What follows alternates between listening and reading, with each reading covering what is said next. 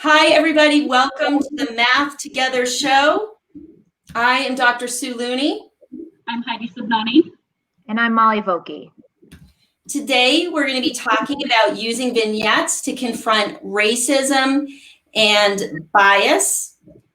And we'd like to just make a statement before we move into our topic. While we can't know what it means to live as a person of color, we can stand with our brothers and sisters, and we vow to do all that we can to be agents of change. So one of the things that we want to address right from the very beginning as white or white passing, in my case, professional development providers, we have a role in being agents of change towards social justice and anti-racism. This work should not be placed on our fellow educators of color. We have a role in addressing this ourselves, both explicitly in the classrooms that we work with and the professional development that we provide. Although my journey began as a child and I'm 48 years old, I feel that I am only still at the beginning of this learning. My mother, who tearfully taught me about growing up in the South as a white girl and all its privileges, said to me the other day, "You did not bring your kids up to be racist." And I heard myself saying, but I didn't bring them up to be anti-racist. And it was then that I knew the difference between not being racist and actively being anti-racist. I see my platform, I accept it, and I will learn how to use it to amplify the conversation for all children whose rights are not being recognized. So I grew up as a biracial child of an Indian immigrant dad and a white British mother, and who was born here in the United States. And my experience is often different and at times difficult. Little things like friends joking around about me being a half-breed. They thought it was funny or ironic because I was not that kind of Indian, Native American. I was Indian from India, and laughing those things off.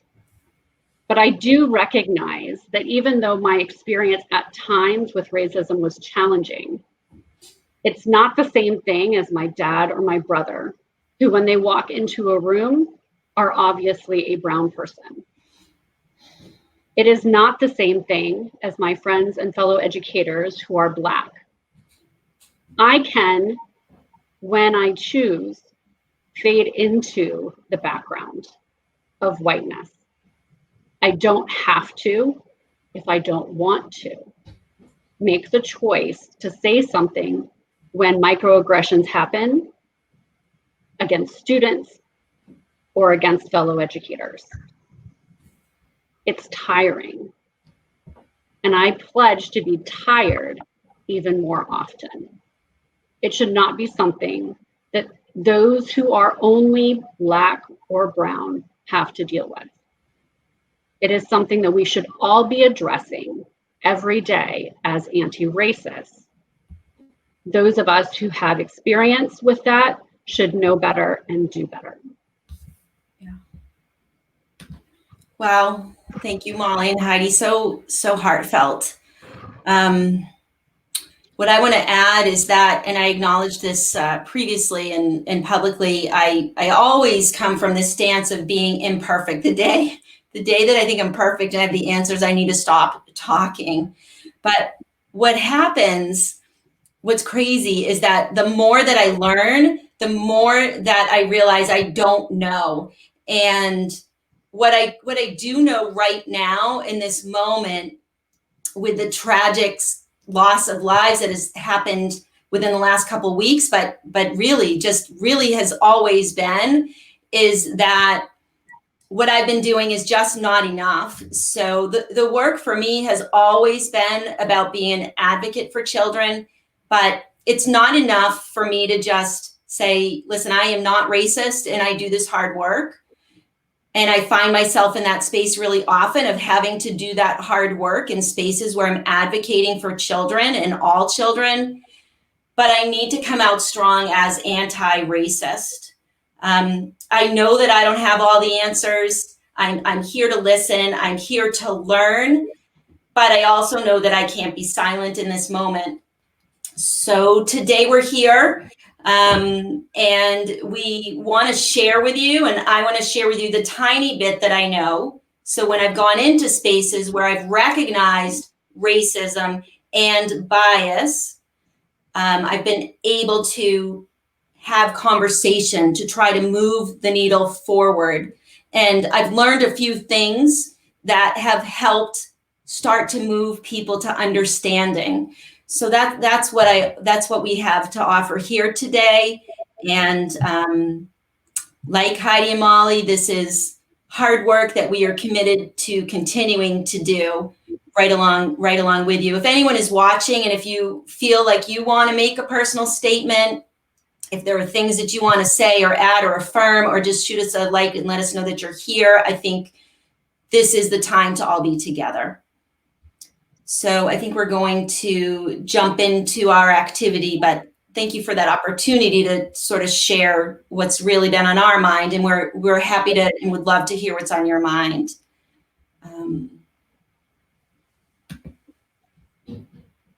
So we're going to walk into our activity here. And we have a statement here based on a book by Christopher Emdin. I'm going to put up the title in a moment. But what he talks about is that until we recognize biases that we hold, we can't even begin to change the game. And this dismal statistics that we have that are related to the academic underperformance of urban youth.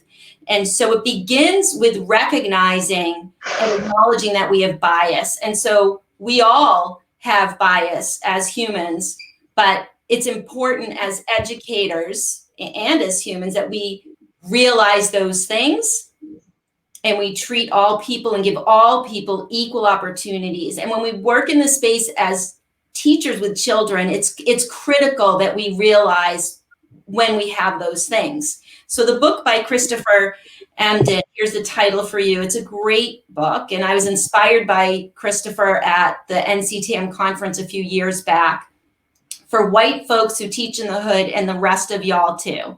So he gives some really practical advice on things that we can be doing, and in particular, what white educators, and the majority of elementary teachers are white women, and of all educators in general. And so he speaks to a really important point and situation. So how do we begin the work of recognizing our own bias as an educator? What is it that we do? So we're going to walk you through an activity. So Molly, I'm going to let you talk about the vignettes. So we've been using vignettes for a lot of reasons in the work that we do with teachers. I wanted to say hi to Sarah. Sarah's checking in with us from Chapel Hill. Thanks for joining us, Sarah. We've been using vignettes for a while.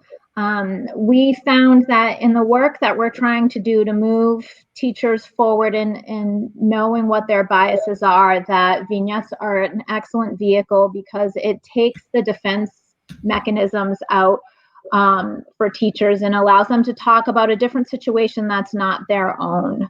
And so we have found that this has been a great vehicle for us. We have several that we use, beginning with Deborah Ball. Sue's going to talk about Deborah Ball in a minute, but she provides us with plenty of vignettes where we can talk about discretionary spaces. And we have one that we're going to use with you today. So Deborah Ball gave a fantastic talk in 2018 at the ERA conference, and I just shared that link in the comments, and you can watch her talk. I think it's about an hour in before you get to her talk specifically. But she brought up this idea of discretionary spaces, and this is what we're going to work on today as we're thinking about bias. So discretionary spaces are those moments in teaching that we haven't planned for. So we can have awesome plans as math educators that we put together, and we're thinking about equity, and we've made provision to hear for all voices and make sure we elevate and amplify everyone. And then something happens that we didn't plan for. Those are the discretionary spaces. And when we really look closely at transcripts, Deborah Ball points out that there might be 100 of those moments in one lesson. So we want to call attention to those discretionary spaces, because those are the times when, if we hold a particular bias, it can just sort of come out at children unexpectedly and that we're unaware of. So those are the discretionary spaces that we're going to talk about. So we're going to move into using a vignette, which is a story. It's a snapshot of a classroom. And while you're listening, we want you to think about, what are the discretionary moments when Mrs. G might have made a different decision? So I'm going to share my screen. It's just going to take a moment to pull up, and we're going to do a document. Here we go. And we're gonna work our way through. So Molly, if you want to just talk a little bit about the process. So we are gonna read through this. We're gonna take turns reading, kind of like a little play. And then we have some questions that Heidi's gonna ask, and we're all going to answer those questions. And they're specifically about this situation. So we will talk about discretionary spaces where Mrs. G could make some decisions here. So I will start. This is a grade 2 classroom. There are 24 various ethnic backgrounds in this classroom. They're doing a same but different activity. The 2 boys in this vignette are Stephen and Marco. Stephen is 7 years old and he's white. Marco is a 7-year-old male from the Dominican Republic. His mother has just moved back to the DR and will be gone for 2 months. Take a look at the image on the board and tell me what is the same but different. Who can tell me one way in which the images are the same? I will list them on the board. Ayanna says, they're both made with cubes, and Mrs. G records. Javier says, they are both 14. Mrs. G continues calling on 4 students who've raised their hands to share 9 total ideas and records their thinking. Marco and Stephen are not participating. They begin an argument, and Mrs. G does not see how the argument started. Mrs. G says, Marco, move to the other side of the room. Marco says, why? What did I do? He stuck his tongue out with me. I'm not moving. Mrs. G, that's why I'm moving you. You will be happier away from him. Marco, why do I have to move? Mrs. G says, Marco, please move before you have to go to the calm down chair. Marco stands up, shoves his chair, and moves. Stephen laughs. Marco, please go to the calm down chair before I call the office. Okay. So I'm gonna stop sharing the screen and bring us back together. Okay, so we first want to think about identifying discretionary moments in this exchange where Mrs. G might have made a different decision. So it's important to recognize those first as we're looking at this case study. And when you're using this with teachers, each teacher would have the written form in front of them. So you can pull it up. It's there in the comment box as well, so that you can have a copy of that.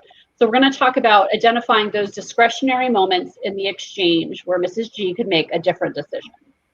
Okay. So I think the first time where she has a choice is when she sees that they're having an argument and she has to choose something to say. Yeah. To break up the argument. I'm gonna even back it up, Molly. I'm gonna back it up to she puts the image up, and I'm sorry, I had intended to show you all the image, but she puts the image up and she says, who can tell me who can tell me something, and then hands go in the air. and she has to make a decision what to do. And so she continues calling on 4 students who raise their hand. So when she poses a question and 4 hands go up in the air and they're the same 4, that's a moment of decision. Yeah, I agree. So I think when we use this protocol, we usually like to have them turn and talk first. But Right. It's, I think, one of those things where we sometimes think, oh, maybe that's not quite as important. But in order to maybe provide an opportunity for more participation, that would have been something that could have been part of that. Yeah. And then the argument starts, and then she has to decide what to do, like you said, Molly, right? Yeah, for sure. And Sarah's chiming in. She says, I would have asked both of their opinions. I assume she's talking about Marco and Stephen. Yeah. Yeah, and when Marco pushes back, right? Marco says, why am I moving? Again, a discretionary moment. We can't plan for that moment. There's an on-the-spot decision to be made. And so, Sarah, you're addressing, you're like a step ahead of that, right? But it's this interesting place. We're on stage in the moment. There's all kinds of things going on in this classroom. I'm curious, are there any other discretionary moments? And certainly, if anyone else is here, feel free to chime in. Or even if you're watching later, we monitor the comments on this conversation. Any other discretionary moments here? Well, I think like that decision to move, right? So I'm moving you, I'm inconveniencing Marco in this instance for an exchange that happened that I didn't see the beginning of. And so I'm going to move someone and I'm going to turn it to be, oh, well, you'll be happier if. And so it's that piece of like, okay, well, maybe you didn't do it, but I'm still going to, like, being the one to move by kids is often seen, at least in my household, as the one who made the decision. Right? So like, if you're going to your room, it's not because you made the good choice.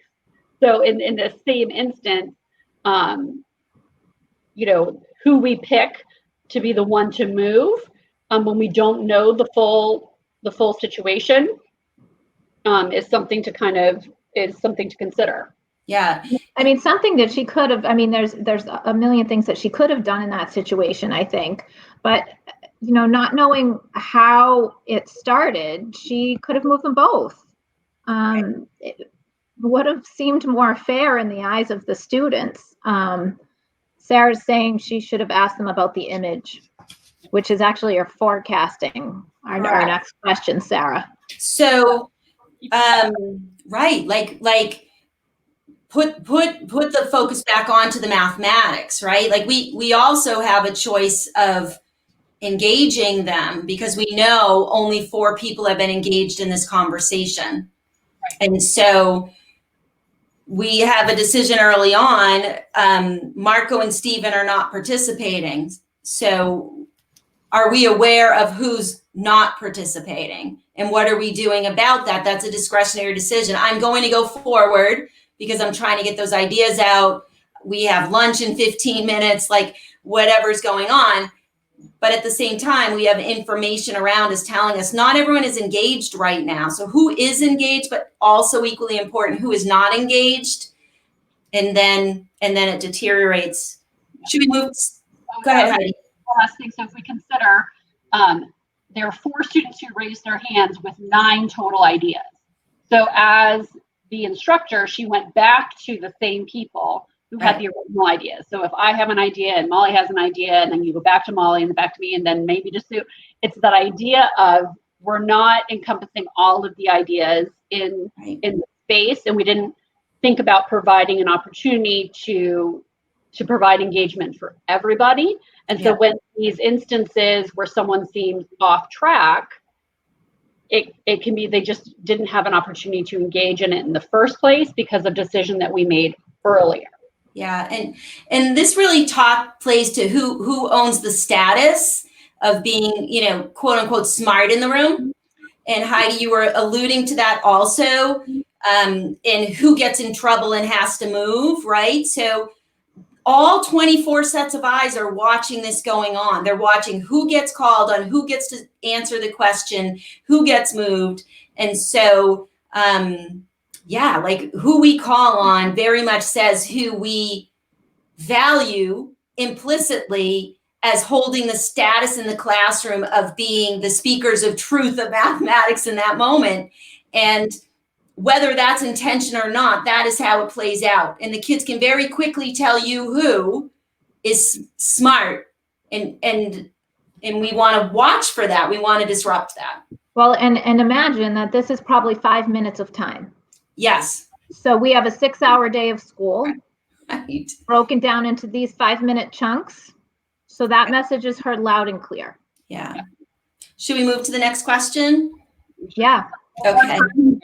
But as we, so think about if you're a professional development provider, you're trying to do this with a small group, you can really spend a lot of time looking at each of these instances, but also give yourself the space of, we make these decisions all the time when we're teaching. We make them on the fly. So it's about addressing those things before we go there. So if we're going to look right now specifically at the interaction between Mrs. G and Marco and how that could have gone differently, and we brought up some of those things first, but let's get back into what are some choices that she could have made that would have maybe resulted in a different outcome. Well, she could have asked what happened to start. I mean, it seems like she didn't want to take the time to do that. But Marco defensively has to tell her what happened, and that's his side, but we don't really know exactly what happened. She could have started there. Yeah, and I have questions about the calm down chair. Yeah, I don't like it.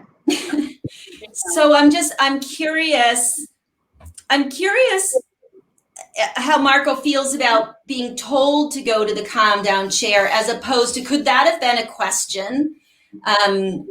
Marco or Stephen, would either of you like to go to the calm down chair? Like, when it's not a choice, am I calm? Like, am I happy I'm there? And we don't have more of the excerpt, but it doesn't appear like Marco wants to go there, right? No, it sounds like the calm down chair should be a great place to go, but not if you're ordered to go there. Right.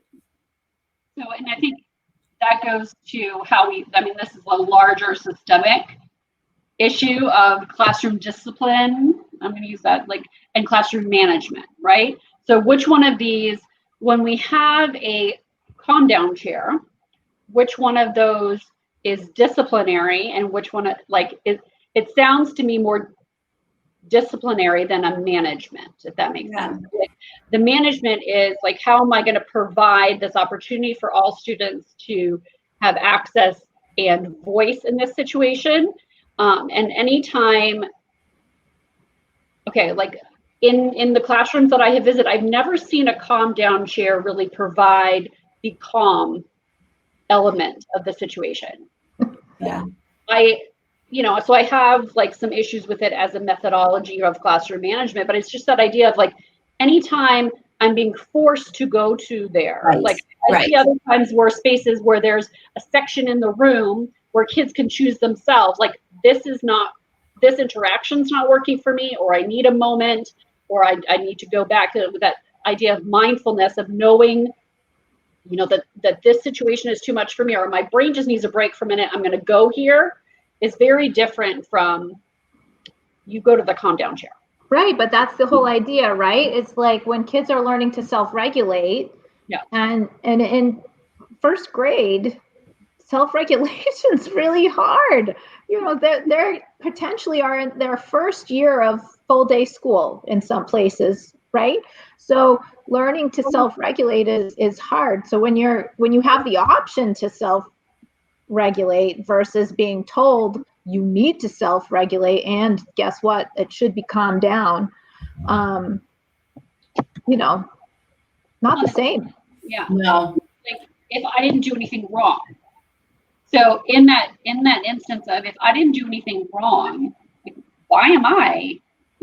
I think that justice piece of it, like, but I act like I have a reason to be upset. Like, you're telling me that I need to calm down. Well, I have a reason to not want to calm down. Yeah, Right. that's, he says, I'm not moving. He's protesting. Right. I'm not moving. Yeah, No. one of the worst things someone can tell me is to calm down. I'm like, really? Yeah. Don't tell me to calm How down. come you went to calm down? Right. It's not calming. Well, let's move on. I'm just aware of the time, and I want to bring it back to mathematics, right? Because our focus is in a math classroom, and the three of us collectively are focusing on mathematics. And I feel like Sarah said something earlier on, but Heidi, you want to take us through the next question? Yeah, so in thinking about from an instructional move standpoint, how might Miss G have made this lesson, what moves might she have made in this lesson to keep the focus on the mathematics? So instead of deteriorating into a space where we're dealing with a quote unquote behavior, where we're still focusing on the mathematics. Yeah. Well, I mean, she could have started right from the beginning. First of all, calling on more than 4 people, but second of all, when she saw that there was something happening, she could have called on one of those 2 students to share their thoughts, like Sarah asked, and that would have diffused it right there. Because if one person's sticking out their tongue and that other person's talking to the teacher, well, they're not looking at the tongue, so that would have diffused it right there. Yeah. And I had written a blog about it, and you can find that on the Looney Math website, about hand raising. And I've started to really work with teachers around, like, let's just sidestep the whole discretionary decision of who to call on by not having that be practice. So let's turn and talk and collectively share our partner's ideas, or something that you saw from someone else, or everyone write something down and we're going to walk around and look at each other's. So just right from the get-go, let's turn and talk. Or if you didn't, in that moment when it starts to fall apart, let's stop for a minute. I've heard a lot from Iana and Javier. I'd like everybody to turn and talk. And was there anything that was said that's on the board that you agreed with? And is there anything missing? So just stop the train we're on, but bring it back to the mathematics. Because if we lose 5 minutes every math period, in 1 month, that's 150 minutes to this conversation that just happened. It adds up really quickly. And then if you consider, like, Marco's experience in math that day, how much math learning happened. Right. And then how much, so. Well, Stephen too, I think, because Stephen is like, ha ha. Yeah, right. And so and then any other child in that space who might then also feel, like, okay, I want to speak up for my friend. This was not an instance where he was doing something wrong, or it derailed the whole situation. So we're not looking anymore at the academics. We're not looking at hearing each other's voices. We're dealing with a management issue that has gone to, almost to calling the office, versus spending that time hearing and sharing each other's ideas around mathematics. Yeah. And I think it's significant to come back to Stephen. Stephen is white and Marco is black, and Marco is the one who's asked to move. And the responsibility for the situation with all eyes on them is that Marco's got to go get it together. Right? So this is the space that we find ourselves in. That's really hard. This is a really hard excerpt.